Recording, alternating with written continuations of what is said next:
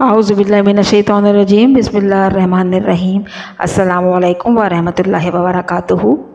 आज की वीडियो में हम आपके साथ एक ऐसी वादी का ज़िक्र करेंगे कि जिसके बारे में अल्लाह तबारक तआला ने हज़रत मूसा अलैहिस्सलाम की कौम को उनकी नाफरमानी की वजह से 40 साल तक भटकाए रखा और वो 40 साल तक उसी वादी में भटकते रहे। इस वादी को वादी तिया या वादी मूसा या वादी सीना कहा जाता है। ये उस वक्त का वाक़या है कि जब फ़िरौन ने दरिया नील में गर्क हो जाने के बाद तमाम बनी इसराइल की कौम मुसलमान हो गई थी और हज़रत मूसा अलैहिस्सलाम को इत्मीनान नसीब हो गया। तो हुक्म बारी ताला हुआ कि आप अपनी कौम बनी इसराइल का लश्कर लेकर अर्ज़ मुक़द्दस यानी बैतुल मुक़द्दस में दाखिल हो जाएं। उस वक्त बैतुल मुक़द्दस में अमालिका की कौम का कब्ज़ा था, जो कि बदतरीन कुफ़ार और इस्लाम दुश्मन थे और इंतहाई ताकतवर जंगजू नहायत ही आला तरीके के ज़ालिम और जाबिर लोग थे। चुनाचे हज़रत मूसा अलैहिस्सलाम ने 6 लाख बनी इसराइल का लश्कर लेकर कौम अमालिका से जहाद करने के लिए रवाना हुए। जब बनी इसराइल बैतुल मुक़द्दस के करीब पहुँचे तो एकदम से उनकी हिम्मत, शुजाअत, जुल्म, जबर के क़स्से सुनकर हिम्मत हार बैठे और बुज़दिली से कदम पीछे हटा लिए। कहने लगे कि इस शहर के में जब्बारीन यानी अमालिका हैं जो बहुत ज़्यादा ज़ोरावर और जंगजू और ताकतवर कौम हैं, लिहाजा जब तक ये लोग इस शहर में रहेंगे हम हरगिज़ इस शहर में दाखिल ना होंगे। बल्कि कौम बनी इसराइल ने हज़रत मूसा अलैहिस्सलाम से यहाँ तक कह दिया कि ए मूसा अलैहिस्सलाम, आप और आपका खुदा जाकर इस ताकतवर कौम से जंग करें, हम तो बस यहीं बैठे रहेंगे। बनी इसराइल की ज़बान से ये बुज़दिलाना अल्फाज सुनकर हज़रत मूसा अलैहिस्सलाम को बहुत ज़्यादा रंज व गुस्सा और सदमा हुआ और आप अलैहिस्सलाम ने अल्लाह ताला के दरबार में हाज़िर होकर अर्ज़ की कि ए मेरे रब्बे पाक ताला, मेरे इख्तियार में तो सिवाय मेरी जान के और मेरे भाई के कुछ नहीं, सो हमारे दरमियान और इस नाफरमान कौम के दरमियान जुदाई डाल दे।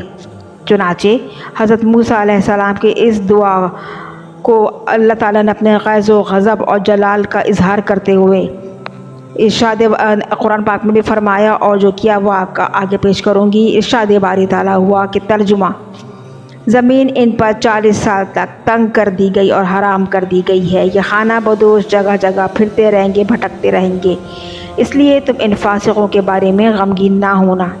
यानी अल्लाह तबारक तआला ने हज़रत मूसा अलैहिस्सलाम को तसल्ली व तशफ़ी दी थी कि तुम गमगीन ना होना। बनी इसराइल की इस नाफरमानी के नतीजे में अल्लाह तबारक तआला ने इनको ये सज़ा दी कि फ़लस्तीन की सरज़मीन पर 40 साल तक इनका दाखिला बंद कर दिया गया और ये लोग सहरा सीना यानी वादी सीना के एक मुख्तसर सी वादी तिया में 6 लाख बनी इसराइल कौम 40 बरस तक भटकते रहे। वो रोज़ सुबह उठते और रास्ता तलाश करने के लिए चारों तरफ घूमते, लेकिन वहीं पहुंच जाते जहां से शुरू किया था। फिर रात हो जाती, फिर सुबह वही अपना रास्ता ढूंढते, मगर उनको रास्ता ना मिलता। मगर इस मैदान से बाहर वो निकल ही नहीं सके क्योंकि अल्लाह ताला को जो हुक्म था। इसी मैदान का नाम मैदान तिया या मैदान मूसा है और इस मैदान में बनी इसराइल के खाने के लिए मनोसलवा भी नाजिल हुआ, क्योंकि हज़रत मूसा अलैहिस्सलाम अपनी कौम से बहुत मोहब्बत करते थे। उन्होंने अल्लाह ताला से कहा कि यहाँ तो इस तरह भूखे मर जाएंगे, मेरे अल्लाह के लिए कोई इंतज़ाम कर। तो अल्लाह तबारक तआला ने हज़रत मूसा अलैहिस्सलाम के इज़हार पर उनके लिए मनोसलवा नाजिल किया और हज़रत मूसा अलैहिस्सलाम ने एक पत्थर पर अपना असा मारा और असा मारकर पानी के 12 चश्मे बहाल कर दिए।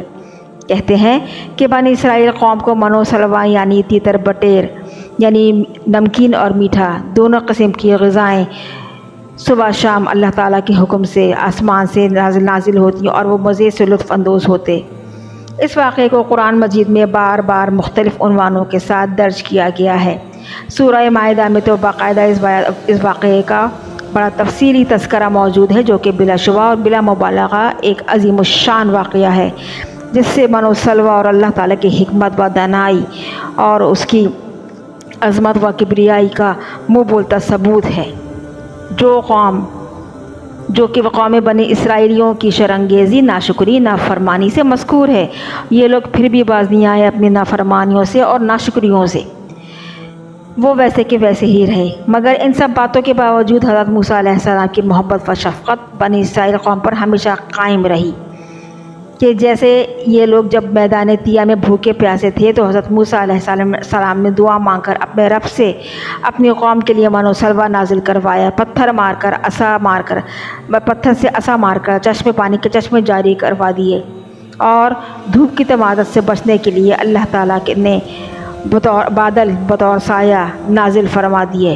روایات میں شامل ہے کہ وادی طیہ میں قومی بنا اسرائیل کے کپڑے نہ پرانے ہوتے نہ ان پر گرد جمتی، اور ایک اور روایت کے مطابق وادی طیہ میں جب قومی بنی اسرائیل مقیم تھی تو رات کے اندھیرے سے بچنے کے لیے اللہ تبارک تعالیٰ نے میدان کے بیچ میں ایک نورانی ستون نازل کر دیا تھا، جس کی روشنی میں وہ اپنے کام کاج کرتے تھے اور رات کا وقت گزارتے۔ میدان طیہ میں ان کے بال بھی نہیں بڑھتے، نہ ان کے ناخن بڑھتے، اور ان کے پیدا ہونے والے بچوں کے جسم پر قدرتی طور پر لباس ہوتے، جو کہ وہ بڑے ہونے کے ساتھ ساتھ وہ لباس بھی ان بچوں کے ساتھ بڑے ہوتے رہتے۔ من و سلوہ ایک میٹھی غذا تھی جو فجر کے وقت سے غروب آفتاب تک نازل ہر شخص پر ہوتی رہتی۔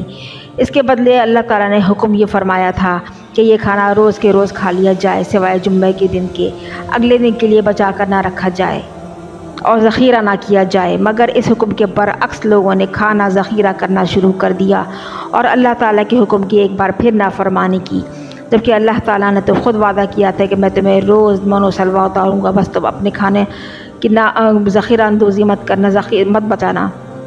بالآخر ذخیرہ کیا ہوا کھانا گلنا سڑنا شروع ہو گیا، اور من و سلوہ اللہ تعالیٰ کے حکم سے اور اللہ تعالیٰ کی ناراضگی کے سبب اترنا بھی بند ہو گیا۔ قوم بنی اسرائیل کے بارے میں رسول پاک صلی اللہ علیہ وآلہ وسلم کا ارشاد پاک ہے کہ کھانے کا خراب ہونا اور گوشت کا سڑنا اس وقت سے ہی شروع ہوا تھا جب بنی اسرائیل نے من و سلوہ جمع کرنا شروع کیا تھا، اور ذخیرہ اندوزی کی بھی جو وبا پھیلی دنیا میں جو آج تک قائم ہے وہ قوم بنی اسرائیل سے ہی شروع ہوئی تھی۔ جب قومی بنی اسرائیل نے کھانا ذخیرہ کرنا شروع کر دیا تو اللہ تعالیٰ کے احکامات کی نافرمانی کی، جبکہ اللہ تعالیٰ ان کو بیٹھے بٹھائے ہر چیز نواز رہا تھا، بنا کسی محنت کے، بنا کسی ریاضت کے۔ پھر اللہ تبارک تعالیٰ نے ان کو حکم دیا کہ جاؤ اب کھیتیاں اگاؤ، محنت کرو اور پھر اپنی مرضی کا کھانا کھاؤ۔ پھر لوگوں نے جب ان کے پاس من و سلوہ نہ اترا تو لوگوں نے مجبوراً پیٹ کے ہاتھوں، فاقوں کے ہاتھوں مجبور ہو کر کھیتی باڑی شروع کی، محنت کرنا شروع کی، پھر پیاز، آلو، سبزی اگانا شروع کیے، اور یہ وہ سب کچھ تھا جس کی پاداش آج تک دنیا بھگت رہی ہے کہ جو قوم بنی اسرائیل نے اللہ تعالیٰ کی دی ہوئی نعمت سے کفران نعمت کی تھی اور نافرمانی کی تھی، کہ آج وہ من و سلوہ صرف ایک کہانیوں کی حد تک رہ گیا ہے۔ آج دنیا میں لوگ محنت کر کے، مزدوری کر کے دال روٹی دلیا جو بھی ہے وہ کھاتے ہیں۔ یہ تھا وہ 40 سالہ قوم بنی اسرائیل کا سفر جو وادی طیہ میں گزرا، اور بطور سزا اللہ تبارک تعالیٰ نے ان کو 40 سال اس وادی میں قید رکھا۔ اور من و سلوہ نازل ہونے کی بھی وجوہات تھیں کہ کس وجوہات پر من و سلوہ بند ہوا، کیونکہ من و سلوہ وادی طیہ میں ہی نازل ہوا تھا اور وادی طیہ سے ہی ختم ہو گیا تھا۔ یہ تھی مختصر سی ویڈیو، یقیناً آپ کو پسند آئے گی۔ یا پسند آئے تو لائک سبسکرائب ضرور کیجیے گا۔ شکریہ، جزاک اللہ۔